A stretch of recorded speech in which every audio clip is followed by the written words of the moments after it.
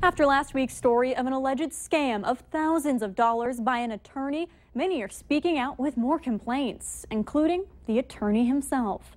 Thank you for joining us tonight. I'm Krista Baim. Last week, we told you about one man claiming he was scammed nearly $2,000 from his attorney, Jesse Matson. Tonight, we hear from Matson on his side of the story. Valley News Team's Christine Stanwood joins us now with what Matson wants his current clients to know. Christine? Krista, we've received numerous emails and comments from viewers that they have been scammed by local attorney Jesse Matson.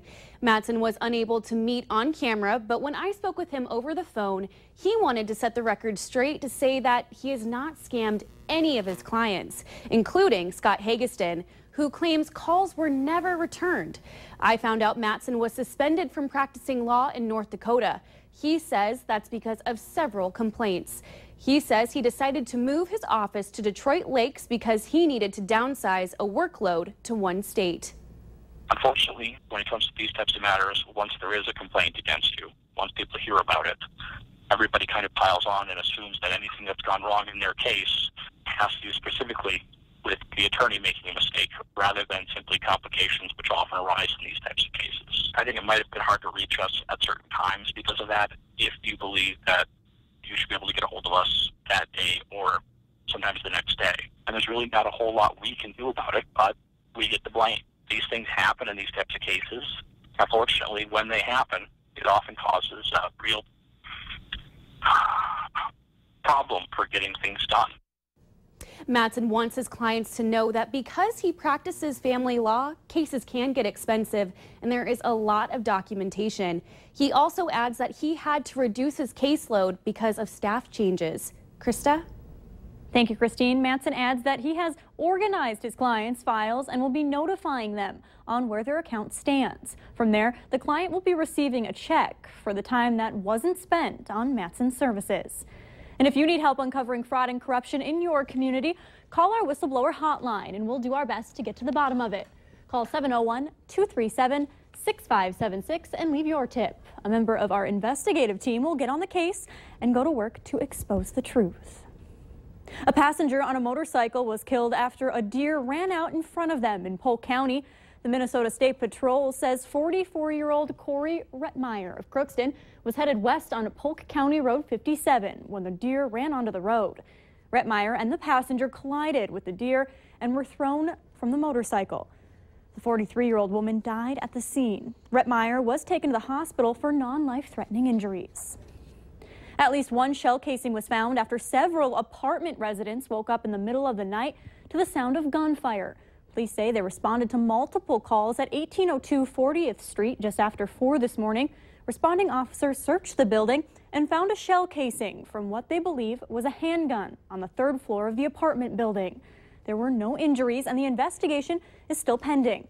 A report was filed for reckless endangerment, but police have no suspects.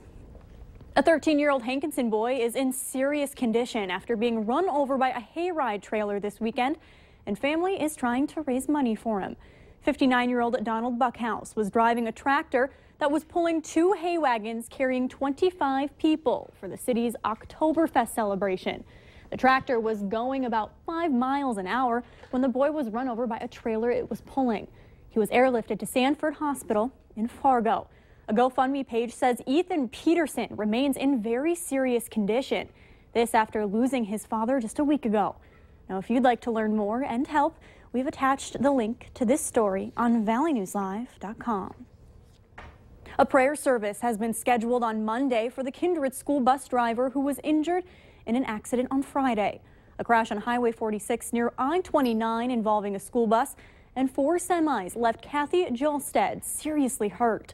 She was driving a bus of students when a semi pulled out through fog and the bus T-boned the semi on the driver's side.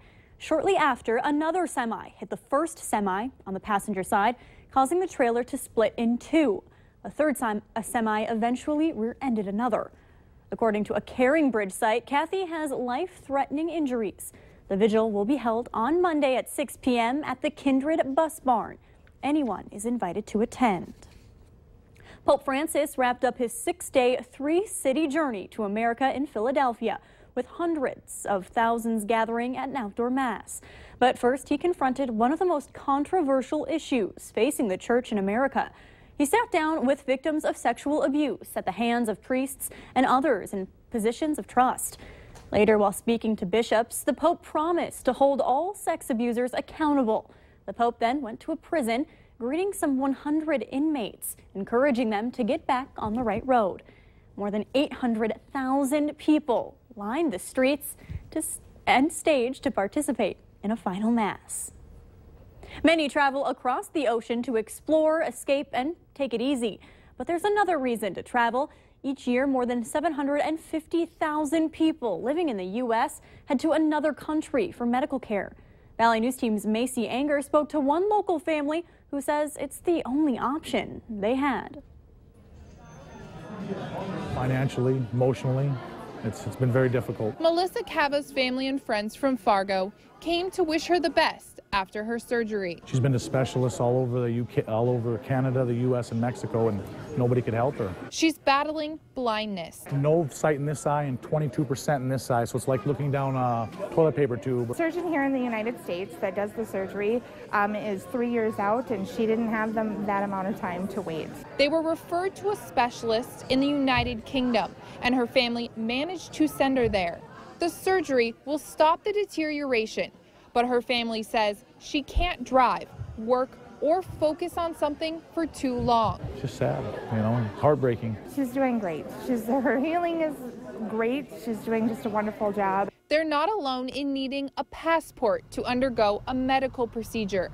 Medical tourism is expected to grow substantially in the next 5 to 10 years. While it can come with its risks, for some procedures, the cost savings can be up to 90%. On the other hand, most patients must pay out of pocket for their expenses. Part of the surgery that she had is FDA approved in the States for glaucoma, but since she had to put deadening lenses in her eye, that's not FDA approved. I think it's ridiculous.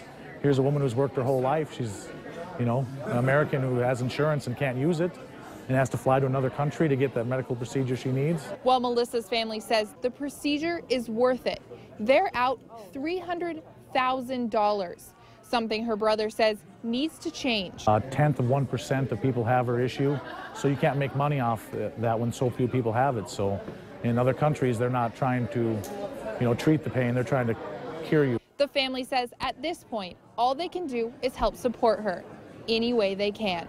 In Fargo, Macy Inger, Valley News Live. For more information on medical tourism, or if you'd like to help Melissa's family, we've attached a link to valleynewslive.com. Just click on this story.